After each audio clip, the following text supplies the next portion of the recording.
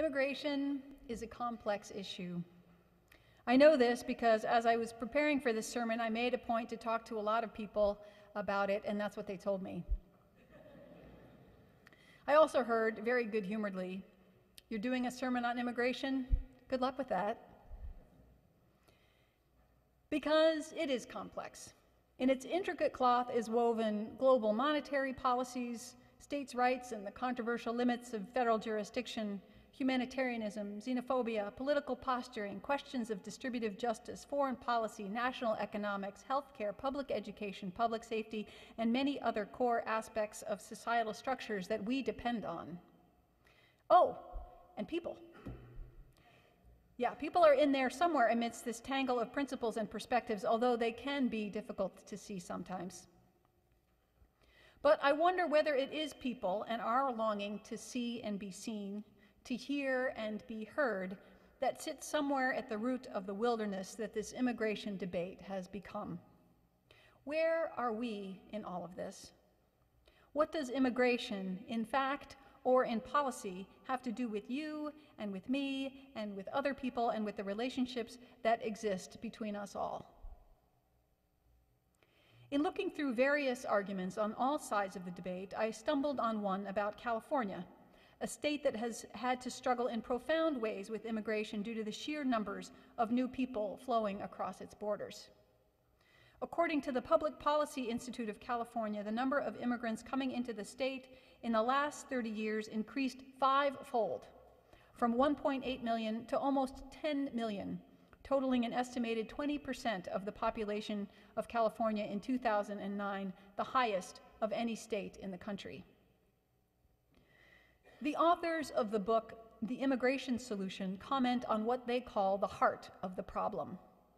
Interestingly, it is not, in their opinion, that the state of California is becoming too crowded per se.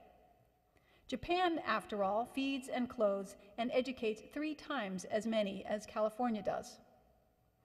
The real problem, the authors argue, is that while it has always been easier for people who emigrate to keep their own culture rather than join the majority, for the first time in the state's history, the majority feels it is easier to let newcomers keep their culture.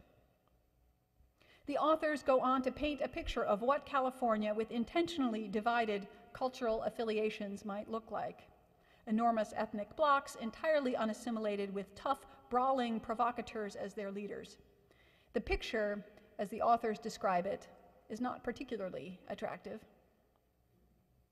One of the authors then goes on to promote assimilationist policies. He gives the example of his grammar school during the 50s and 60s as an alternative to policies that celebrate immigrant culture and language. In his day, Spanish speaking was forbidden on the playground, while biographies of Teddy Roosevelt, stories of Lou Gehrig, patriotic songs, and recitations of Longfellow were, as he frankly notes, rammed down their throats. He describes his teachers as insufferably condescending in their approach to sharing how to make it in America, but, he writes, the vast majority of his mostly Mexican-American fellow students did, in fact, make it, going on to high school, college, and getting good jobs.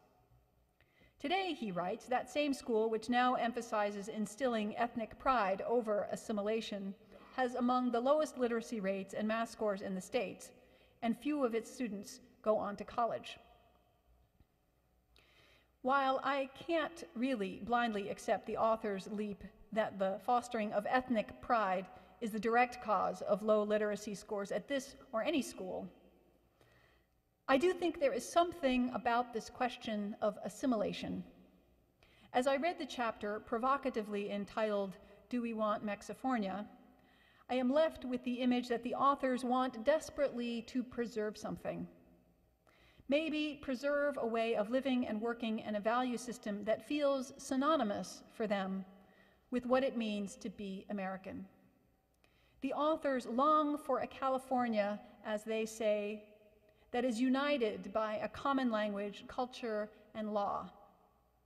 But the implication is that these common elements should be the one that they have known and loved their whole lives. This is not an uncommon feeling. There is a documentary called 9500 Liberty about the fallout in Prince William County, Virginia, after local officials adopted a mandate not unlike the Arizona law currently being reviewed by the Supreme Court. The film contains an image of a confrontation which I found particularly striking. A very angry white man, rails against a group of Hispanic people who are milling about with signs. He says to them, seething with indignation, "I went to the hardware store today and the cashier was speaking Spanish. I particularly don't enjoy speaking Spanish in my country." His anger is painful and raw, and the questions I hear boiling underneath his rage are these. Where are my people? Who are you? Do you speak my language? And most poignantly, is this still my home? Do I still belong?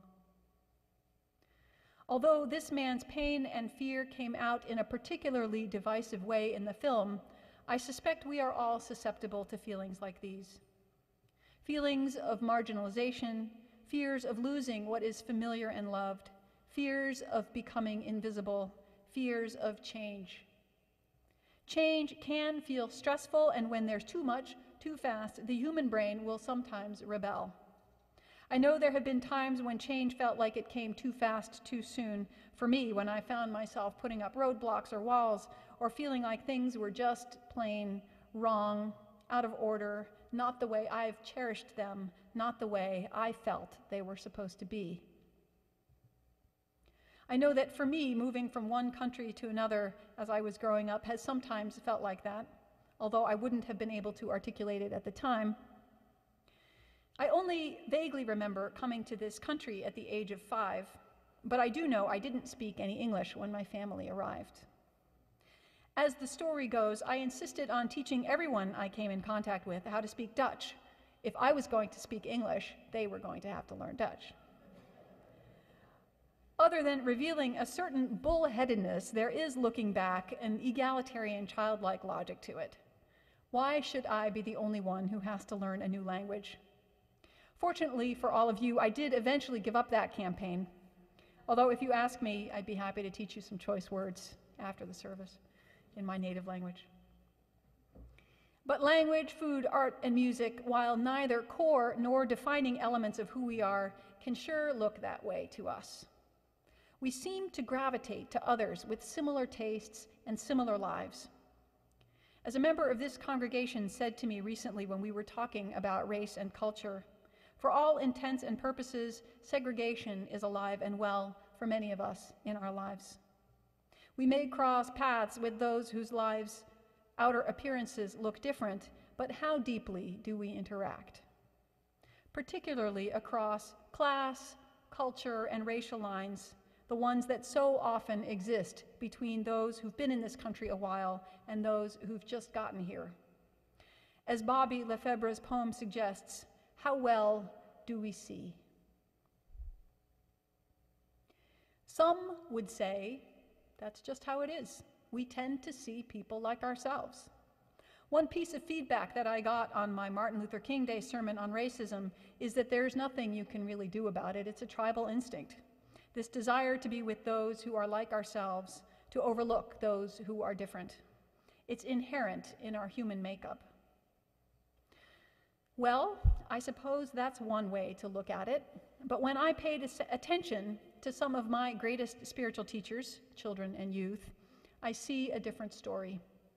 I see human beings able to recognize the essence underneath the surface, with less need to rely on outer similarities to feel connected. Perhaps young people simply haven't built up as many defenses that need overcoming.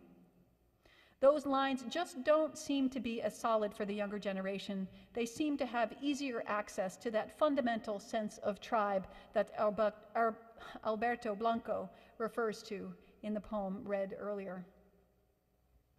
Pema Chodron, Buddhist nun, takes another angle.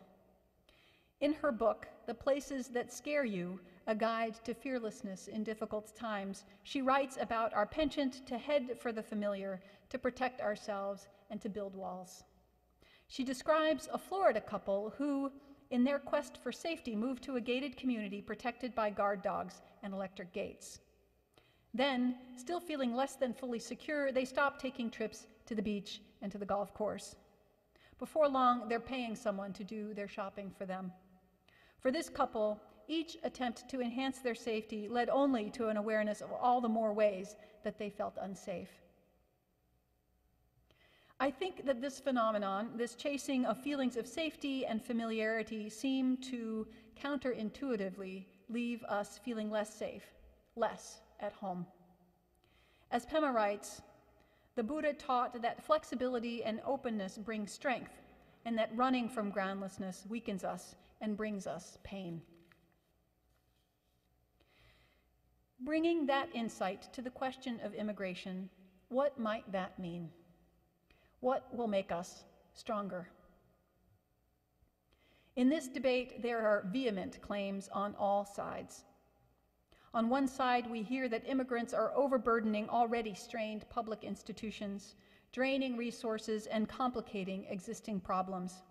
If we don't slow down or stop legal and illegal immigration, this country is on a crash course for disaster. There are a lot of feelings on that side of the debate. On the other side, we hear that immigrants are the backbone of this nation, that diversity strengthens us, that we need the labor, that immigrants pay more in taxes than they receive, and perhaps most importantly, that they deserve respect and full justice. There's a lot of emotion and feeling on that side of the debate, too. Which is true? And what does that imply for where we stand on immigration policy, or much more importantly, for how we think and act and live our lives? I suspect that both sides underneath carry elements of truth, but untangling our way to a solution depends on more than analyzing the facts. We need to see each other. And that means being willing to step out of our familiar comfort zones. We need to see and hear the beauty and the suffering of those with few or no resources struggling to find a way. And we need to see and hear the truth and the pain of those with resources who feel a fear of losing something cherished, a beloved way of being. And perhaps we need to see and hear the different parts of ourselves that may identify with conflicting sides of this conundrum. Because I suspect it is only in acknowledging the whole picture that we will make our way to a good and lasting and just solution. Regardless of where we stand, when it comes to working with ourselves, you may be relieved to hear, the Buddhist perspective is not about going after walls or barriers with a sledgehammer. It is instead about gentleness and honesty, and we are encouraged to move closer to whatever walls or conflicts there might be. We can touch them and feel them and get to know them. We can become more familiar with the stories we tell ourselves about why we need things to be a certain way. We can become curious about what is going on. Year after year, we can train in remaining open and receptive to whatever arises, and slowly, very slowly, cracks in the walls we have built begin to widen, and we begin to feel differently about ways we relate with the world and all the different kinds of people that it holds. Howard Thurman, a mentor of Martin Luther King, shares his wisdom on overcoming divides in the following quote. "So, as I live my life then, this is what I am trying to fulfill. That I am secure because I hear the sound of the genuine in myself. And having learned to listen to that, I can become quiet enough, still enough, to hear the sound of the genuine in you. Now, if I hear the sound of the genuine in me, and you hear the sound of the genuine in you, it is possible then for me to go down in me and come up in you, so that when I look at myself through your eyes, having made that pilgrimage, I see in me what you see in me. And the wall that separates and divides will disappear, and we will become one, because the sound of the genuine it makes is the same. It makes the same music. May we in our lives prove the existence of that strong, large tribe that excludes no one, finding the genuine in a hardworking immigrant, reaching for the genuine human underneath an angry man's defensiveness. May we help children sprout wings, build bridges between despair and dreams, see who we have not yet seen, respect all for who they are, but especially those who have for too long and too often been invisible.